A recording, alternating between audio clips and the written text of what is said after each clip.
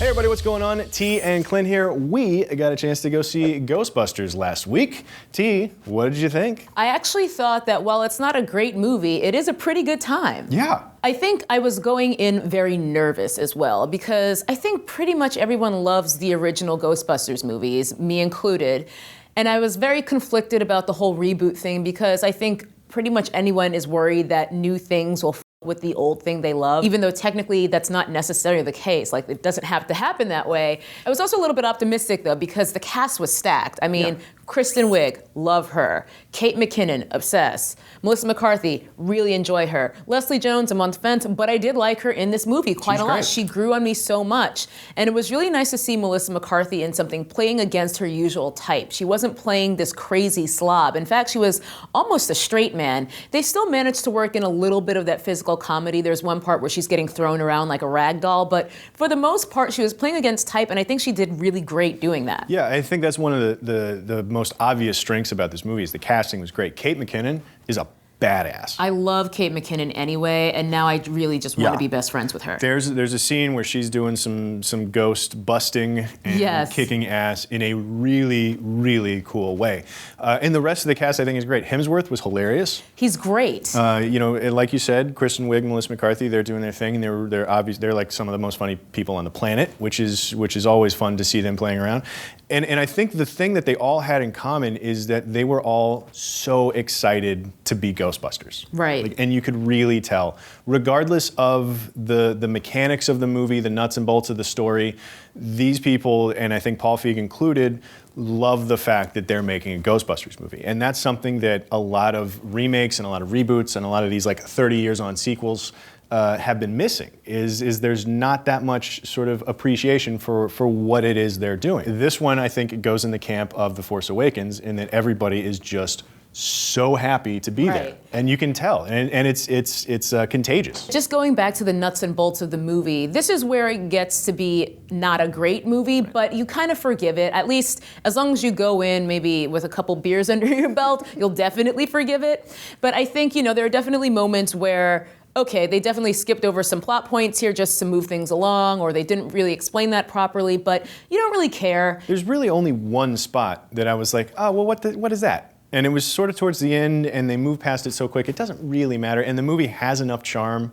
and the cast is charming enough that you just don't care. You're not worried about picking it apart the way you are some other movies. Since it is Ghostbusters and it has a lot of history, it has its own original cast kind of cleave to it, they did want to make reference to that. So there are lots of cameos and allusions and things like that to the original Ghostbusters movies. Mercifully, the cameos are for the most part extremely brief, which I think was critical. There are some cameos that actually have nothing to do with the original Ghostbusters movies, and they're definitely an eye roll, but again, brevity saved that. The one thing that this movie has going against it, and this is probably the biggest no thing that I'll say, is that it's a remake of Ghostbusters. If this were the first movie ever about a team of sort of misfit scientists battling the paranormal, it would have been really good. Right. So it's just the fact that it is impossible not to set it right next to the original Ghostbusters film is the thing that is working against this movie. So that being said, it's such a fine line to walk with these reboots and remakes, because look, probably the movie that you're mad about them remaking right now was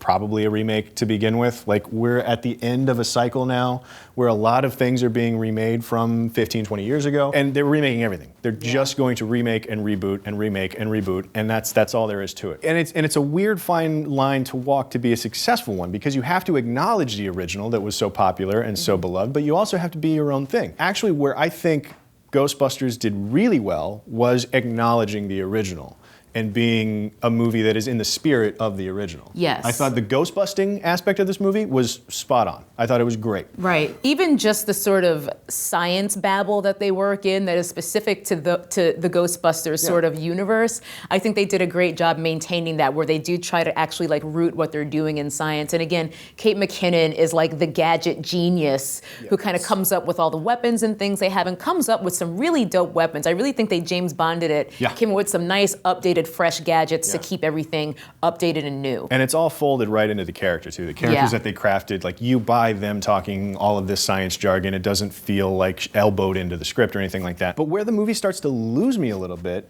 is when it starts to become its own thing.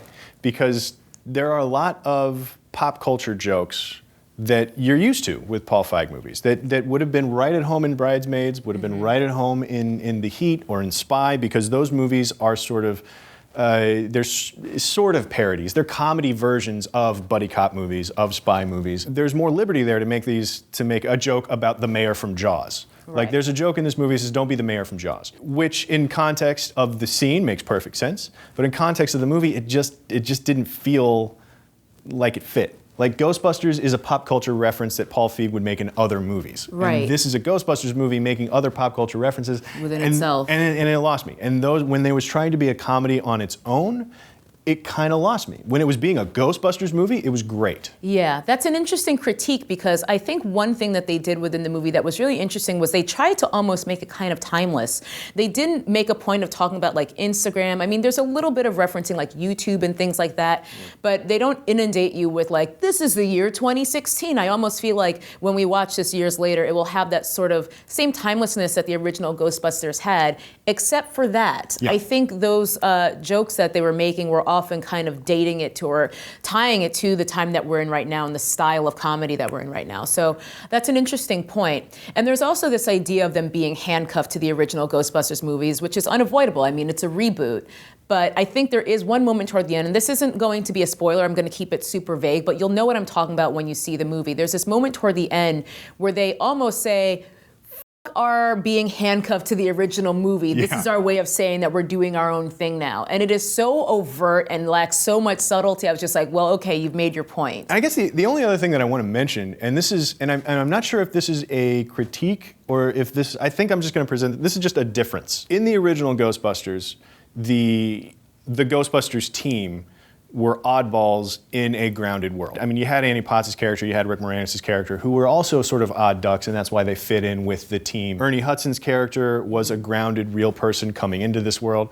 Dana Barrett, Sigourney Weaver's character, William Atherton character, Walter Peck, is like, these guys are insane, and you guys are doing crazy stuff, and you have to be kept in check. There's none of that in this movie. Everybody in the movie, Ghostbusters or the supporting cast, they're all there for comedy. Right. Like, they're all making jokes. There's a different vibe to this one in that sense, in that the whole movie is a comedy. Yeah, it definitely had that feel of like, oh, everyone's gonna like have a little bit that they do, a little bit of business. Jared from Silicon Valley is there.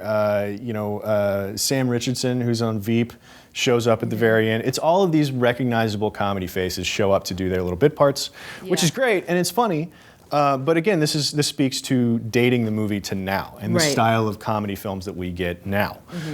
Which again, I can't decide. I don't think I'm critiquing the movie for that. That's just a difference in the feel of this movie than in the original movie. I get maybe I'm saying don't hold that against it. Oh, well, who am I kidding? Of course you don't hold it against it.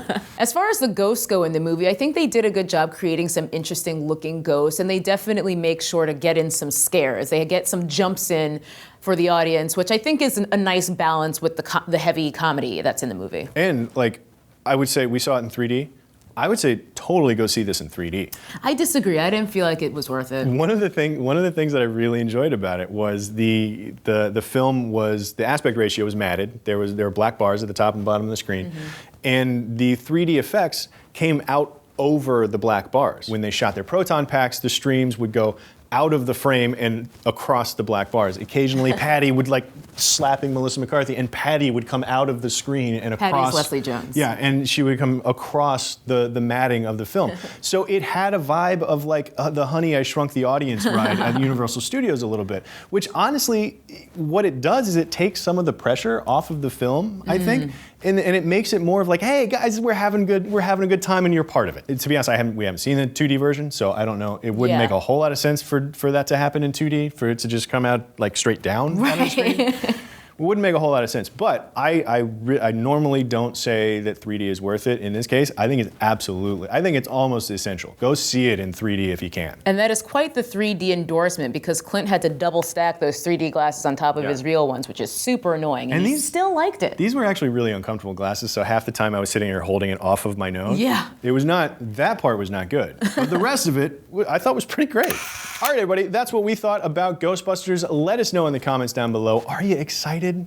Look, I was excited about this movie. I went in with reserved optimism. I was just like, God, I want this to be good. And it's a good time. It's a good time. I ain't afraid of no Ghostbusters remake. I'm not even afraid to make that joke. And I can almost guarantee you I'm not the first one to make it, because it's that bad. Anyway, let us know what you guys think about all that in the comments down below. Click like, subscribe, and stick around CineFix for more movie stuff. We'll see you next time. Yeah, one of the worst parts of the movie was actually when someone said, I ain't afraid of no ghosts. Yeah. I was ready to flip a table. Man, that could have been better, huh? Although I was not surprised who said it. Not at all. Not at all. Not even slightly. And now I'm mad again.